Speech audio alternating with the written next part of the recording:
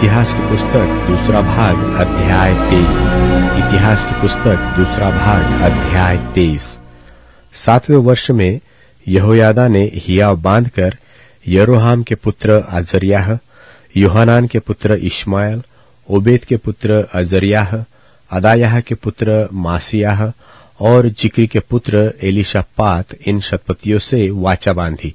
तब वे यहूदा में घूमकर यहूदा के सब नगरों में से लेवियों और इस्राएल के पितरों के घरानों के मुख्य मुख्य पुरुषों को इकट्ठा करके यरूशलेम को ले आए, और उस सारी मंडली ने परमेश्वर के भवन में राजा के साथ वाचा बांधी।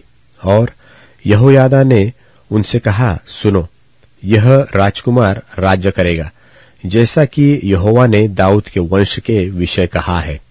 तो तुम एक काम करो, अर्थात तुम याजकों और लेवियों की 1/3 लोग जो विश्राम दिन को आने वाले हो, वे द्वारपाली करे, और 1/3 लोग राजभवन में रहे, और 1/3 लोग नेव के फाटक के पास रहे, और सब लोग यहोवा के भवन के आंगनों में रहे। परंतु याजकों और सेवा टहल करने वाले लेवियों को छोड़ और कोई यहोवा के भवन के भीतर आने न पाए। वे तो भीतर आए क्योंकि वे पवित्र है, परंतु सब लोग यहोवा के भवन की चौकसी करें। और लेवीय लोग अपने अपने हाथ में हथियार लिए हुए राजा के चारों ओर रहे, और जो कोई भवन के भीतर घुसे वह मार डाला जाए, और तुम राजा के आते जाते उसके साथ रहना। यहोयादा याजक की इन सब आज्ञाओं के अनुसार लेवियों और सब यहूदियों ने किया।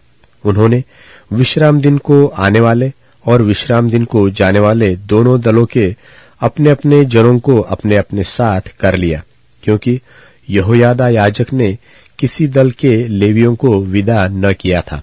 तब यहोयादा याजक ने शतपतियों को राजा दाऊद के बर्छे और भाले और ढाले जो परमेश्वर के भवन में थी दे दी। फिर उसने उन सब लोगों को अपने अपने हाथ में हथियार लिए हुए भवन के दक्षिणी कोने से लेकर उत्तरी कोने तक वेदी और भवन के पास राजा के चारों ओर उसकी आड़ करके खड़ा कर दिया। तब उन्होंने राजकुमार को बाहर ला, उसके सिर पर मुकुट और साक्षीपत्र धरकर उसे राजा बनाया। और यहोयादा और उसके पुत्रों ने उसका अभिषेक किया, और लोग बोल उठे, राजा जीवित रहे। जब अतल्याह को उन लोगों का हल्ला जो दौड़ते और राजा को सराहते थे सुन पड़ा, तब वह लोगों के पास यहोवा के भवन में गई, और उसने क्या देखा कि राजा द्वार के निकट खंबे के पास खड़ा है, और राजा के पास प्रधान और तुरही बजाने वाले खड़े हैं, और सब लोग आनंद कर रहे हैं और तुरहिया बजा रहे हैं, और गाने बजाने वाले बाजे बजाते और स्तुति करते हैं। तब अतल्याह अपने वस्त्र फाड़कर पुकारने लगी, राजद्रोह, राजद्रोह। तब यहोयादा याजक ने दल के अधिकारी शतपतियों को बाहर लाकर उनसे कहा कि उसे अपनी पांतियों के बीच से निकाल ले जाओ, और जो कोई उसके पीछे चले वह तलवार से मार डाला जाए। याजक ने कहा कि उसे यहोवा के भवन में न मार डालो। तब उन्होंने दोनों ओर से उसको जगह दी, और वह राजभवन के घोड़ा फाटक के द्वार तक गई, और वहां उन्होंने उसको मार डाला। तब यहोयादा ने अपने और सारी प्रजा के और राजा के बीच यहोवा की प्रजा होने की वाचा बंधाई। तब सब लोगों ने बाल के भवन को जाकर ढा दिया, और उसकी वेदियों और मूर्तों को टुकड़े टुकड़े किया, और मत्तान नाम बाल के याजक को वेदियों के सामने ही घात किया। तब यहोयादा ने यहोवा के भवन की सेवा के लिए उन लेवीय याजकों को ठहरा दिया, जिन्हें दाऊद ने यहोवा के भवन पर दलदल करके इसलिए ठहराया था कि जैसे मूसा की व्यवस्था में लिखा है, वैसे ही वे यहोवा को होम बलि चढ़ाया करे, और दाऊद की चलाई हुई विधि के अनुसार आनंद करे और गाए।